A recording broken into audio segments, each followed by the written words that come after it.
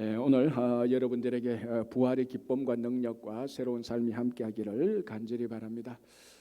지난 2000년 동안 기독교에 많은 질문들이 있었습니다. 그 많은 질문들 가운데 또 많은 것들이 해결되었고 아직까지도 계속 논쟁 중인 그런 이슈들이 많은데요. 그 많은 질문들 가운데 하나가 부활입니다. 또 부활 가운데서 가장 크게 이제 문제를 삼고 있고 이 아직까지도 여전히 논쟁 중에 있는 것이 부활의 증거가 어디 있냐는 겁니다. 많은 세상 사람들이 그런 비과학적인, 비논리적인, 비이성적인 부활을 어떻게 믿을 수 있느냐. 그래서 많은 사람들이 말합니다.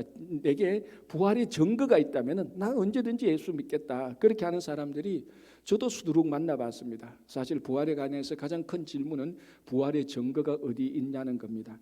참 이것을 2000년 전에 일어났던 그 예수님의 부활 사건을 오늘날 마침 과학수사대가 어떤 부활하신 예수님의 DNA를 조사하거나 예수님께서 십자가에 달려서 돌아가셨다가 아니면 그 무덤에 있었던 어떤 흔적들을 마치 수사하듯이 찾아가지고 그 과학적으로 조사해서 자 이것이 부활의 증거다 이렇게 볼 수 있는 것은 거의 불가능합니다. 왜냐하면 그런 자료들이 없고 물론 지금 가톨릭에서는 예수님의 십자가 예수님의 몸을 쌌던 수건이니 마지막 성변이 이런 여러 가지 이야기들이 있지만 그런 것들을 과학적으로 증거로 삼아서 부활이 있느냐 없냐 말하기는 굉장히 난감하지만 그리고 세상 사람들에게 지금 2000년이 지난 부활의 사건들을 어떤 이유로 믿지 않겠다고 작정한 사람들에게 어떤 증거를 보여줘도 그 사람들은 부활을 부정할 것이 분명합니다.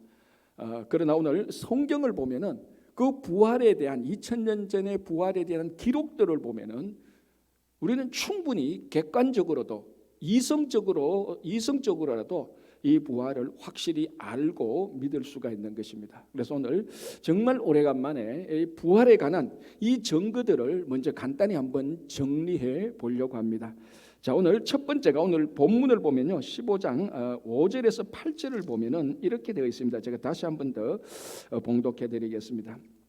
게바에게 보이시고 후에 12 제자에게와 그 후에 500여 형제에게 일시에 보이셨나니 그 중에 지금까지 대다수는 살아있고 어떤 사람은 잠들었으며 그 후에 야고보에게 보이셨으며 그 후에 모든 사도에게와 맨 나중에 만삭되지 못하여 난 자 같은 내게도 보이셨느니라. 사도 바울이 고백하는 거 아닙니까? 부활에 관하여서 간단합니다. 예수님께서 부활하셔가지고 일시에 동시에 500명에게 부활에 보인 사건도 있다. 그리고 12 제자에게도 보이셨고 자기에게도 보이셨고 그리고 게바와 야고보, 게바가 베드로 아닙니까? 게바와 야고보에게도 보이셨다라고 바울이 고백을 하는 겁니다. 이게 왜 중요한가 하면요.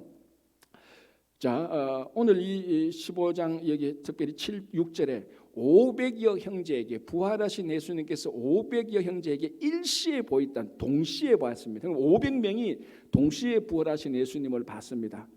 그리고 난 다음에 그 부활하신 예수님을 본 500명의 대다수가 사도 바울이 고린도 전서를 쓸 때 살아있다는 겁니다. 몇 명은 죽었지만은 자, 이게 굉장히 중요한 부활의 증거가 되는 겁니다. 자, 예를 들어서 오늘날 지금 2024년 3월 31일 오늘날 그 2000년 전에 부활하신 사람들을 본 사람들이 예를 들어서 500명에 5만 명이 있어. 지금 내가 아무리 그래봤자 내가 부활의 증거를 아무리 얘기해봤자 그 나와 동시에 부활을 동시에 본 5만 명이 지금 살아있지 않기 때문에 내가 부활에 대해서 말하는 진위를 가릴 수가 없습니다. 왜? 다 죽었기 때문에. 그런데 만약에 나와 똑같이 부활을 본 증인들이 살아있다면 내가 부활에 대해서 말을 할 때 이 말이 사실인지 거짓인지 진위를 판명할 수 있지 않겠습니까? 살아있으니까. 자, 그렇다면 내가 부활에 대해서 함부로 말할 수 없죠. 왜? 자칫 거짓말을 말했다가는 나와 동시에 부활을 본 다른 사람들이 이 말이 거짓말이야라고 진위를 가릴 수가 있는 겁니다. 이게 굉장히 중요한 사건 아닙니까?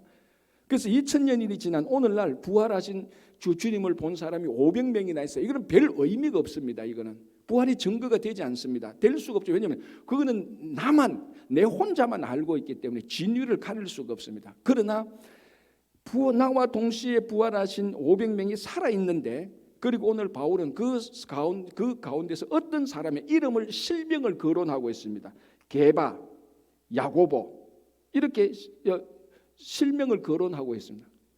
무슨 말인가 하면 바울이 부활에 대해서 헛된 소리를 할 수가 없습니다. 헛된 소리를 했다면 이 사람들이 부활에 대해서 진리를 판명해 버리지 않습니까? 그래서 바울이 나와 동시에 나와 함께 부활을 본 사람들이 500명이나 살아있다. 내가 만약에 500명이나 봤는데 그중에 대부분 살아있다. 내가 만약에 이 부활에 대해서 죽은 예수 그리스도께서 부활하셨다는 이 말을 하는데 여기에 당신들이 약간이라도 의심이 있으면 지금 살아있는 사람들에게 확인해 봐라. 그리고 내가 이름까지 말해줄게. 게바, 야곱, 베드로한테도 가보고 야고보한테도 가보라. 그 12사도들도 있다. 아마 이 고린도 전서를 읽는 이 고린도 전서의 고린도 교회 자기들이 아는 이 500여 가운데 형제들도 알 수가 있을 겁니다. 그러니까 바울이 죽은 자의 부활, 죽은 예수 그리스도의 부활은 거짓말을 할 수가 없는 이 상황, 이 형편에서 바울이 부활을 증거했다는 것이 굉장히 부활에 대한 바울의 참된 고백이었다는 것을 우리가 알 수 있습니다. 이건 물증이 아닙니다. 우리 쉽게 말하면 물증보다 이건 상황이죠. 상황 증거죠. 이런 상황에서는 거짓말을 할 수가 없는 상황입니다. 바울이. 그럼 바울이 이런 거짓말 할 수 없는 상황에서 뭘 말했느냐? 죽은 예수 그리스도께서 부활하셨다는 것. 거짓말 할 수 없는 상황에서 말했던 것, 그거는 여전히 진실이라는 겁니다.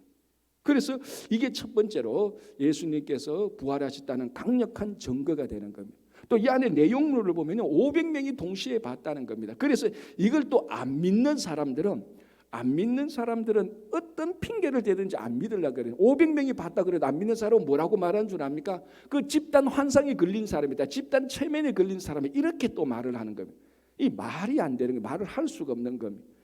자, 그래서 오늘 이 사도 베드로가 사도 바울이 15장에서 말했던 이 부활의 증거는 상황상 진실을 말할 수밖에 없는 상황.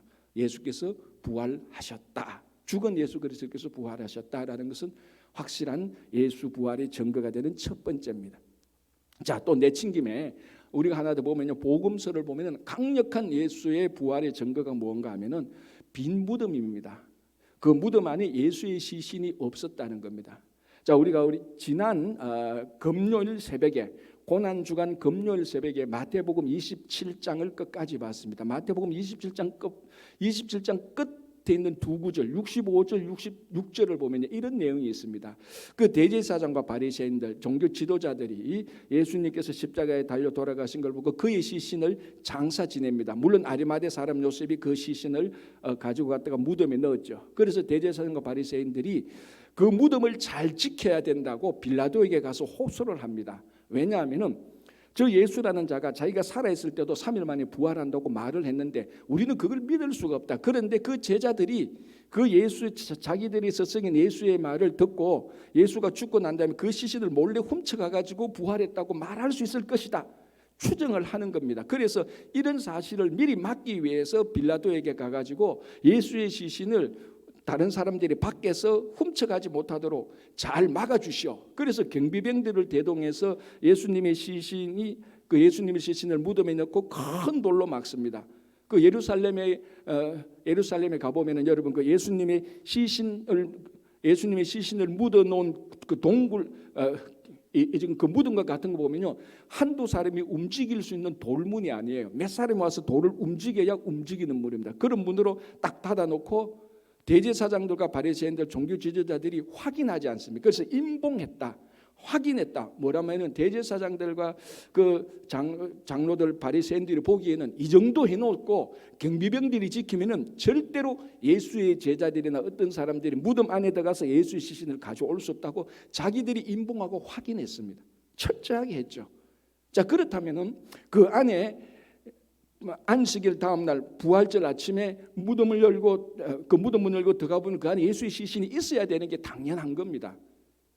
그런데 예수님께서 부활하신 그 아침에 여인들이 예수님의 시신을 찾으러 갔는데 무덤 문이 열리고 천사가 있고 그 안에 예수님의 시신이 없었다는 겁니다.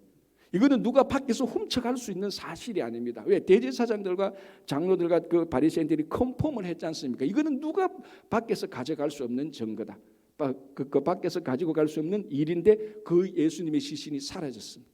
빈 무덤이라는 겁니다. 자, 또 하나 중요한 것은 이 빈 무덤 안에 이 우리가 말하는 빈 무덤은 예수의 시신이 없다는 빈 무덤이지만 실제로 거기에 예수님을 샀던 세마포와 수건은 있었습니다. 특별히 요한복음을 보면은 아주 라이브하게 생생하게 예수님의 무덤 안을 우리들에게 증거하는데 그 중에 특별한 게 뭐냐면은 예수님의 머리를 쌌던 수건입니다. 그래서 우리가 지금 보고 있는 성경책은 개역 개정판이지만 개역 한글판에 보면은 예수님의 그 수건이 개켜 있더라라고 말을 하는데요. 우리 한글 지금 우리 이 성경을 보고 개역 개정판을 보면은 그의 머리를 쌌던 그대로 그 머리를 쌌던 그대로 놓여 있더라는 겁니다. 이게 무슨 말인가 하면은 여러분 우리 그 허물 벗는 짐승 봤지 않습니까? 여러분 매미 허물 보셨죠? 매미 허물 보면은 매미 몸이 싹 빠져가고 허물만 남아 있습니다. 참 신기하지 않습니까? 여러분 매미 허물을 보면서 무슨 생각이 듭니까? 이거는 밖에서 어떤 힘이나 어떤 세력이 매미를 꺼내준 겁니까? 매미 스스로 허물 벗고 나온 겁니까? 스스로 허물 벗고 나온 겁니다. 그러니까 뱀도 그렇고요. 어떤 것도 허물을 벗고 나왔다는 것은 밖에서 도와줘서 허물을 벗고 나온 생명체는 하나도 없습니다. 허물을 벗는 모든 짐승이나 곤충은요 자기 스스로 허물을 벗고 나오는 겁니다. 그래서 허물 벗은 그 흔적들이 그대로 놓여 있는 겁니다. 그 허물을 보면 그 안에 들었던 내용물 매미의 형체를 그대로 알 수 있습니다. 크기를 그대로 알 수 있고 모양을 그대로 알 수 있는 거죠.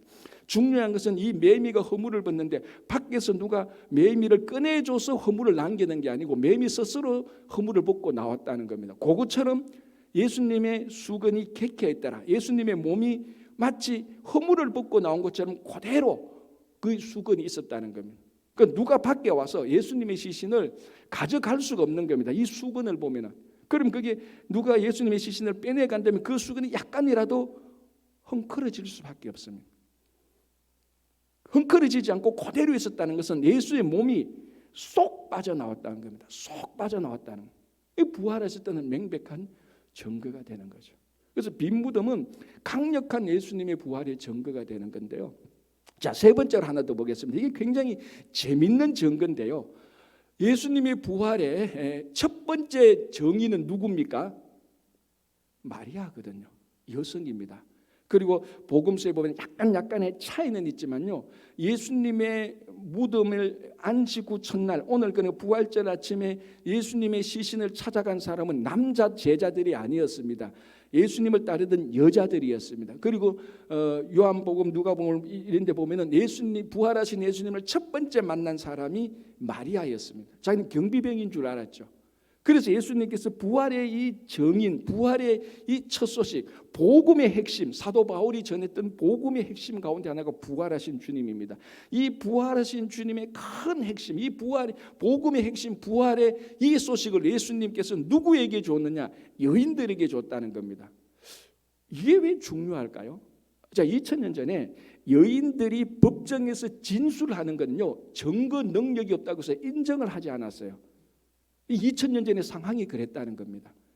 지금 생각하면 뭐 비교할 수 없죠. 상식적으로 납득이 안 되죠. 예를 들자면 여성이 어떤 살인 사건이라는 현장을 목격했습니다. 그래서 이게 목격자가 돼서 법정에 가서 저 사람이 이 사람을 죽였어라고 여자가 진술해도 여자의 진술을 믿을 수가 없어라고 법정에서 진술 능력을 인정 안 하는 겁니다. 자, 그런데 만약에 이 부활 사건이 조작되었더라면은 그 조작한 주체가 예수님의 부활의 첫 번째 증인을 여인으로 삼겠습니까? 여인으로 삼는다면 그건 머리가 멍청한 사람이죠. 왜냐하면 여자가 증언하는 것은 사람들이 안 믿어요. 그래서 누가복음에도 보면요, 어떤 일이 있는가 하면은 그 무덤에 갔던 여자들이 예수님의 시신이 없어졌다는 걸 알고 빨리 제자들에게 와지 않습니까? 제자들이 와서 베드로하고 그 제자들에게 말합니다. 우리가 무덤에 갔는데 예수님의 시신이 없어졌어. 한번 가보자라고 말하니까 그 제자들이 뭐라고 말합니까? 여인들이 증언하는 진술을 듣고 뭐라고 말합니까? 허튼 소리처럼 들었습니다.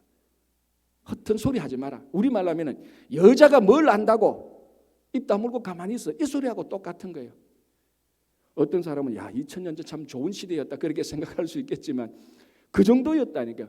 그런데 만약에 부활을 조작하려고 한다면 부활의 첫 증인을 여성으로 세우면 이게 일이 안 되는 거죠.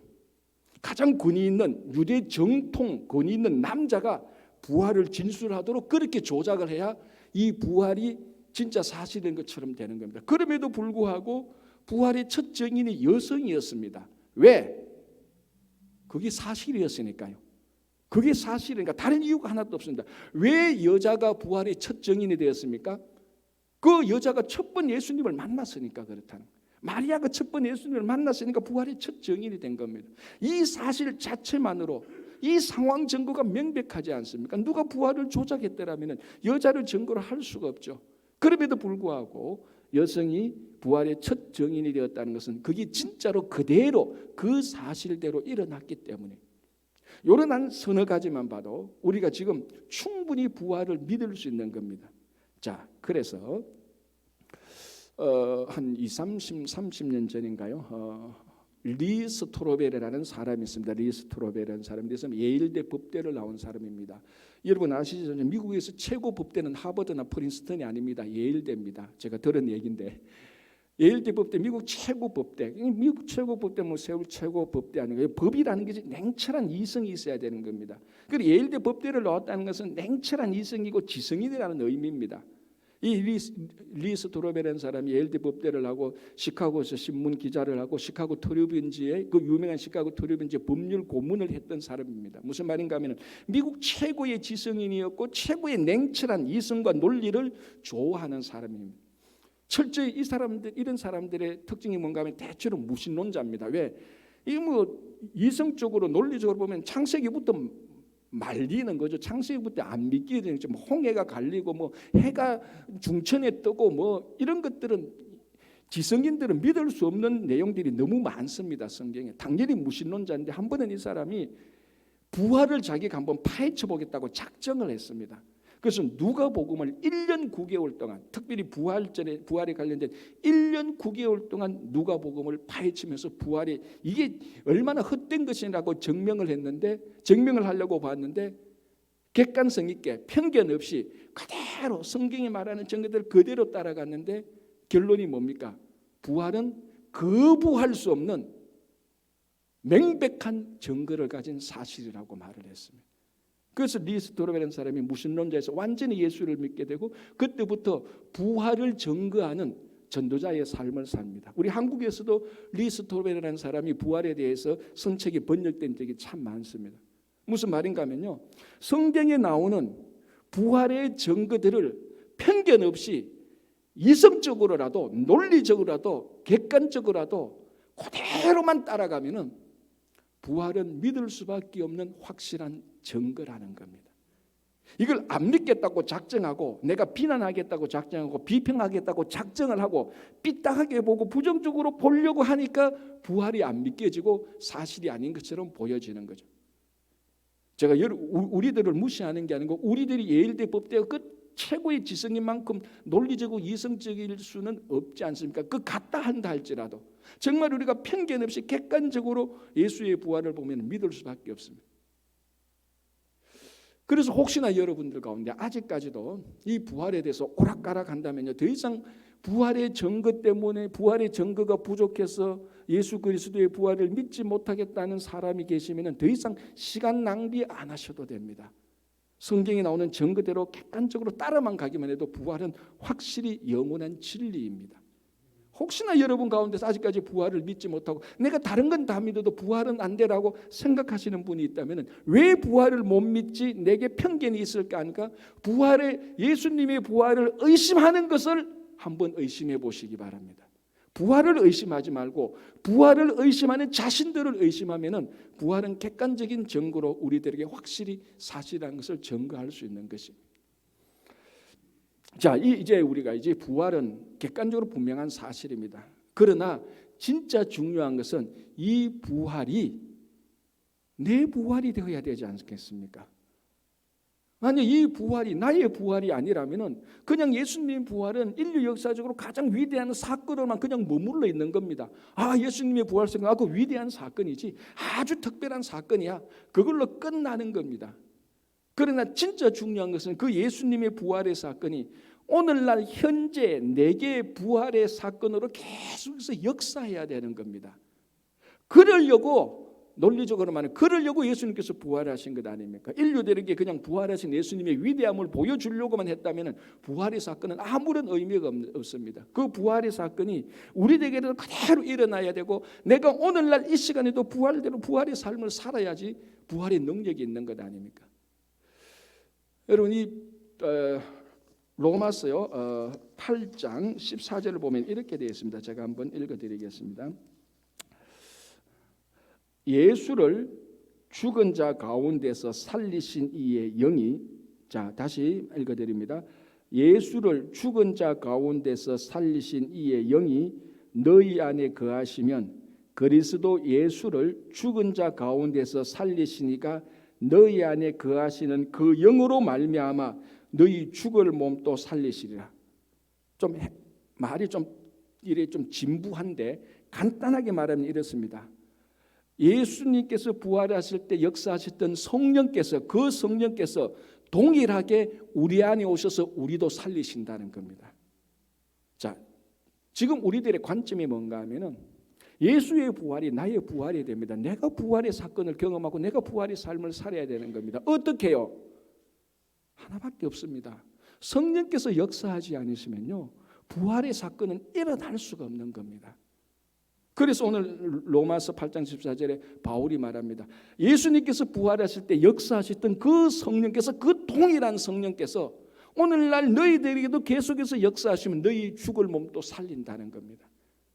그리고 부활은요 성령 없이는 불가능한 겁니다. 여러분 우리 잘 아는 않습니까? 에스겔서 37장 그 유명한 마른 뼈 환상 있지 않습니까? 자, 에스겔 선지자는 바빌론에게 포로 잡혀간 선지자입니다. 그래서 바빌론 이방 땅에서 예루살렘 성전이 회복되는 것, 예루살렘이 다 무너졌지 않습니까? 예루살렘의 성전이 회복되는 것, 이방 땅에서 이스라엘이 회복되는 그 비전을 본 아주 독특한 선지자입니다. 그러니까 예루살렘에서 갈릴리에서 이스라엘 땅에서 예루살렘 성전이 회복되고 이스라엘이 회복되는 그 꿈을 그 비전을 본 것이 아니고 하나님께서는 그 이스라엘 땅에 있는 사람들을 쓴 게 아니고 바빌론에 저 먼 바빌론에 있는 에스겔을 선택해 가지고 이스라엘이 회복되는 그 비전을 준 겁니다. 그 비전이 뭔가 하면은 에스겔서 37장의 마른 뼈 환상 아닙니까? 이 내용 다 알지 않습니까? 하나님께서 묻습니다. 에스겔에게 이 뼈들이 살겠느냐? 그리고 이 뼈들이 어떻게 삽니까? 마른 뼈들이 마치 영화에서 나오는 조립되는 것처럼 뼈들이 와 일어나서 막 조립되고 힘줄이 막 붙고 살이 붙고 가죽이 딱 덮습니다. 사람의 모양으로 된 거죠. 이게 첫 단계죠. 두 번째 단계는 뭡니까? 거기에 하나님의 생기가 들어가니까 이게 바로 우리가 말하는 성령하고 똑같은 단어입니다.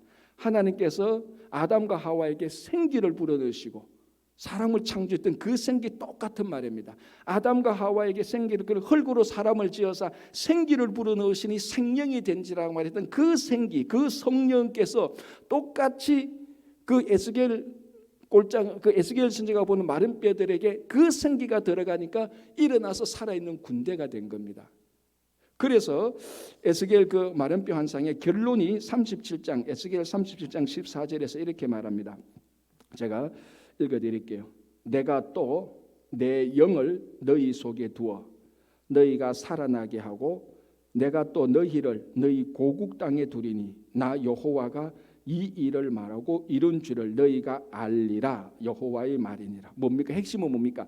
내가 또 내 영을 너희 속에 두어 살아나게 하겠다.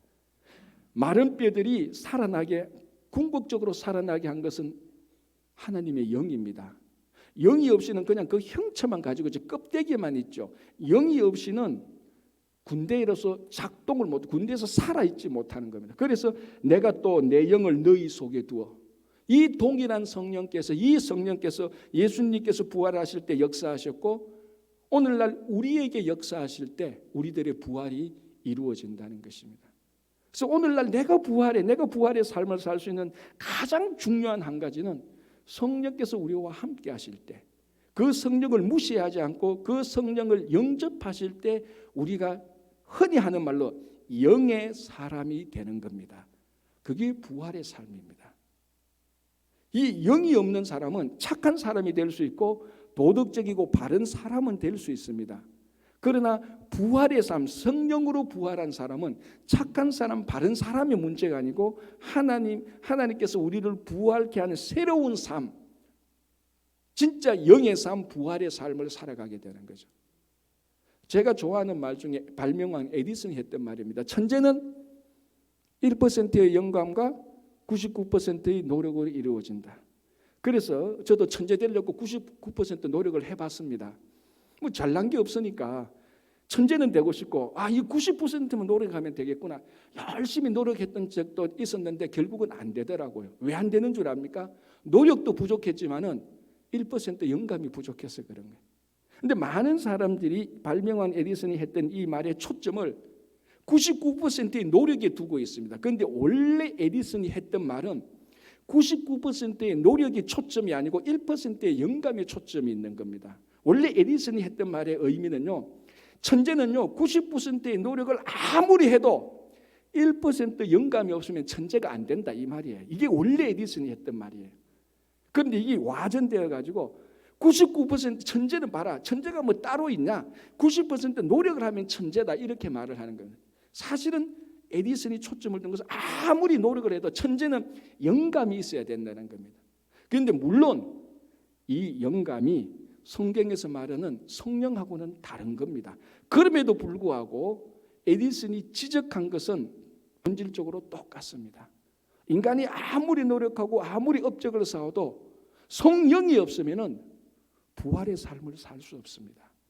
다시 말씀드린 것처럼 바른 생활을 살 수 있고 사람들에게 착하다는 소리는 들을 수 있고 좋은 일도 할 수 있습니다.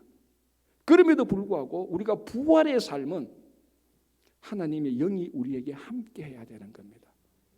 하나님의 영이 함께 할 때 우리는 착한 사람, 선한 사람이 아니고 부활의 사람이 되는 겁니다. 그래서 예수의 부활이 나의 부활이 되는 것은 오늘 또 이 시간에도 우리와 함께는 성령의 역사를 인정하고 순종하고 하나님의 영을, 하나님께 주신 성령을 영접할 때 부활의 삶이 주어지는 겁니다. 자, 그러면 이제 이런 질문이 납니다. 마지막 질문. 그런데 내 삶은 왜 이 모양이지 지금까지? 부활절을 내가 얼마나 많이 맞았어. 얼마나 많이 경험해서 예수님의 부활도 믿어. 나도 부활할 걸 믿어. 그런데 나는 왜 한 번도 부활의 삶이라는 그런 삶을 살아본 적이 별로 없는 것 같아. 이런 질문이 제일 마지막 궁극적인 부활의 질문입니다. 자, 예수님의 부활이 나의 부활이라는 것도 믿어. 믿음이 있으니까. 그런데 왜 나는 오늘 부활의 삶을 못 사느냐. 이게 중요한 초점인데요. 마지막 질문에 대한 답은 이겁니다.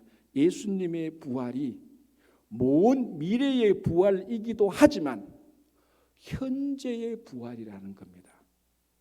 이게 어마어마하게 중요한 겁니다. 자, 구약시대 사람들이, 유대인들이 부활을 믿었을까요? 안 믿었을까요? 성경 보면 알지 않습니까? 부활을 믿었어요. 쉽게 말하면 구약에는 유대인들이 부활을 믿었어요. 그런데 어떤 부활? 미래의 부활을 믿었습니다. 미래의 부활이 일어날 것이라는, 자기들이 죽고 나면은 미래에 메시아가 올 때 부활할 것이라는 것을 믿었어요. 자, 나사로가 죽었습니다. 예수님이 사랑하는 형제 나사로가 죽었습니다. 예수님이 나사로가 죽고 난 다음에 예수님께서 나사로 집에 도착했습니다. 그러니까 사랑하는 그 나사로의 자매들 마르다와 마리아가 막 울고 있지 않습니까? 그때 예수님께서 울지 마라 막 위로를 합니다. 그때 마르다가 뭐라고 말합니까? 예수님께서 좀 더 일찍 왔더라면 우리 오빠 오라버니 나사로가 죽지 않았을 것을 왜 늦게 왔습니까는 원망이 섞인 말입니다. 그래서 예수님께서 말하자면 그러지 않다, 나사로가 다시 살아날 것이라고 말합니다. 그때 마르다가 뭐라고 말합니까? 예, 맞습니다. 마르다가 부활을 믿었어요. 그러고 난 다음에 뭐라고 말하는 줄 아십니까? 마르다가 이렇게 말합니다. 할 때 그러니까 마르다가 11절 요한복음 11절 24절에 정확히 이렇게 말합니다. 마지막 날 부활 때에는 다시 살아날 줄 믿습니다라고 말합니다. 마르다가 부활을 믿었죠. 자기 오빠 나사로가 살아날 것을 믿었습니다. 언제 살아날 것이라고요? 마지막 날 부활 때. 마지막 날 부활 때 살아날. 이게 전형적으로 그 당시 사람들이 부활을 믿고 있었던 거예요. 부활한다는 거 다 믿었다니까요. 그런데 지금이 아니고 마지막 날에. 그때 예수님께서 뭐라고 말합니까? 나는 부활이요 생명이니 죽은 자는 살고 무릇 살아서 나를 믿는 자는 영원히 죽지 않을 거다. 무슨 말인가 하면 지금 예수님께서 나사로가 살아날 것이라고 말한 것은 마르다처럼 미래에 살아날 것이 아니고 지금 살아날 것이라는 겁니다. 여기는 어마어마한 차이가 있죠. 예수님은 현재 살아날 것이라고 말하는데 마르다는 그 현재 살아날 것 생각하고 미래에 살아날 것이라고 말합니다. 부활은 똑같이 믿어요. 예수님이 부활도 믿고 내가 부활할 것도 믿어요. 딱 하나 차이는 뭔가 하면 내가 부활해도 나중에 부활하지 지금은 부활의 삶은 없어요. 이게 우리들 마음하고 똑같지 않습니까? 여러분 그 예루살렘 성지 순례를 가면 예루살렘 성전이 있고 성벽이 있지 않습니까? 그 벽에 많은 문들이 있습니다. 그중에 가장 유명한 문이 동문입니다. 동문. 이걸 미문이라고도 말하고 성전 미문을 할 때 미문이라고 말을 하기도 하고 황금문이라고 말을 하는데 이 동문의 특징이 뭡니까? 굳게 닫혀져가 있다는 겁니다. 그래서 밖에서 보면은 벽이 있고 문이 꽉 닫혀 있습니다. 그 안쪽에서 보면은 그 문 두 개가 아직 닫혀 있는 게 다 보입니다. 이 문이 가장 아름답고 황금문입니다. 그런데 이 문이 언제 열릴까요? 메시아가 마지막 날에 메시아가 올릴 때 동쪽에서 성전 안으로 들어올 때 이 황금문이 열리면서 그쪽으로 들어온다는 전성이 있습니다. 그래서 아직 문이 닫혀 있다는 것은 구약에 기다렸던 메시아가 오지 않았다는 거죠. 중요한 것은 이 동문, 황금, 동문, 미문 그리고 이 황금문 동쪽을 보면 여기 성전산 감람산이 있죠. 감람산. 예수님께서 그 감람산 겟세마네 동산에서 기도했지 않습니까? 그러면 이 감람산과 성전 동문 사이에 뭐가 있습니까? 안 보셨어요? 여기에 많은 무덤이 있지 않습니까? 이게 이스라엘 전체에서 요 무덤터가 제일 비싸요. 왜 성전 동쪽, 성전의 동쪽 문 그 앞에 무덤을 그렇게 많이 갖다 놨을까? 어떤 생각이 있었는가 하면 메시아가 마지막 날에 메시아가 이 동쪽 문을 향해 들어올 때 죽었던 사람들이 그때 다 부활한다는 겁니다. 그래서 가장 먼저 부활하려고 메시아가 올 때에 메시아가 오는 그 루트 그 길에 있는 고기의 묘지를 가장 많이 사놓은 겁니다. 무슨 말입니까? 부활 다 믿어요. 언제? 나중에. 지금 말고 나중에. 이게 오늘날 우리들의 삶 속에 꽉 배어 있는 겁니다. 난 예수의 부활도 믿는데 예수의 부활도 믿고 나도 부활할 것을 믿어. 더 중요한 것은 지금 부활의 삶을 살아라는 겁니다. 예수님께서 그래서 구약 시대의 부활을 예수님께서 미래에 있는 부활을 현재에 당겨 넣어서 미래의 부활은 당연한 거고 지금 부활의 삶을 살아라는 겁니다. 그게 예수님께서 부활하신 삶의 가장 중요한 능력이고 오늘날 우리가 부활의 삶을 살 수 있는 겁니다. 나는 예수의 부활도 믿고 나의 부활도 믿는데 왜? 이제 하나 더 해야 되는 것은 주님께서 오신 이후부터 주님께서 부활하신 이후부터는 오늘날 이 시간에 우리가 부활의 삶을 살아야 되는 거예요. 그럼 마지막으로 하나 더 질문하겠습니다. 그럼 목사님 부활은 죽어야 다시 사는 건데 우리가 오늘 죽어야 됩니까? 이 말은 맞기도 하고 틀리기도 합니다. 여기서 죽어야 된다는 것은 우리가 실제로 의학적으로 숨이 끊기고 심장 박동이 안 되고 머리가 죽는 그런 죽음 말고 우리가 오늘 여전히 사도 바울이 고백했던 것처럼 나는 날마다 죽노라라는 날마다 우리 죄성과 탐욕과 쾌락과 비난과 중상과 모함과 게으름과 이런 것들을 십자가에서 계속 죽일 때 매일매일 오늘 부활하는 겁니다. 그래서 우리는 부활의 삶을 사는 겁니다. 부활의 삶은 새로운 삶입니다. 자, 여러분 지금까지 삶을 만약 하나님께서 지금까지 삶을 다 지워주시고 오늘 이 시간부터 새롭게 살게 해주겠다면 여러분 어떻게 사시겠습니까? 새롭게 사는데 새로운 삶을 사는데 원망하고 비난하고 살겠습니까? 그럴 사람은 아무도 없을 겁니다. 내가 오늘부터 진짜 새로운 삶을 사는데 좋아, 새로운 삶을 살겠어. 그러면서 원망하고 비난하고 한탄하고 죄의식에 꽉 잡히고 우울증에 빠지고 열등감에 빠져서 살아갈 사람이 누구 있습니까? 아무도 없지 않습니까? 내가 오늘 새로운 삶을 살겠다고 딱 작정하면 나 이제 감사하며 살겠어. 하나님께 영광 돌리면서 살겠어. 이제 내가 나를 위해서 좀 살기보다는 다른 사람 좀 돌보면서 살겠어. 다 그런 생각을 하실 거라고. 그게 부활의 삶의 새로운 삶의 표시입니다.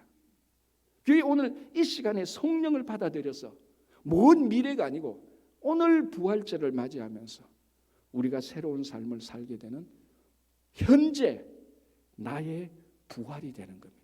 그게 부활의 능력이고 부활을 우리에게 주신 목적입니다. 미래의 부활은 걱정하지 마십시오. 여러분들이 믿으면 하나님께서 다 알아서 하실 겁니다. 지금 부활, 성령께서 인도하실 때 지금 부활하셔서 과거의 모든 것을 다 썰어버리고 악한 것들, 부정적인 것들 다 버리고 새로운 삶을 오늘부터 사시기 바랍니다. 그래서 옛날처럼 늘 우울하고 늘 죄책감에 빠지고 컴플렉스에 빠지고 원망과 다른 사람에게 환탄하고 싶은 마음이 있거든. 그런 것들을 매일매일 날마다 십자가에 못 박고 매일매일 주님의 부활의 삶을 살아가시는 여러분 되시기 바랍니다. 기도하겠습니다. 하나님 아버지 감사합니다. 우리가 주님의 부활도 믿고 나의 부활도 믿는데 먼 미래가 아니라 오늘 이 시간 부활을 경험하며 성령께서 우리에게 함께 하실 때 부활의 삶을 살게 하여 주시옵소서. 감사하오며 예수님의 이름으로 기도하옵나이다. 아멘.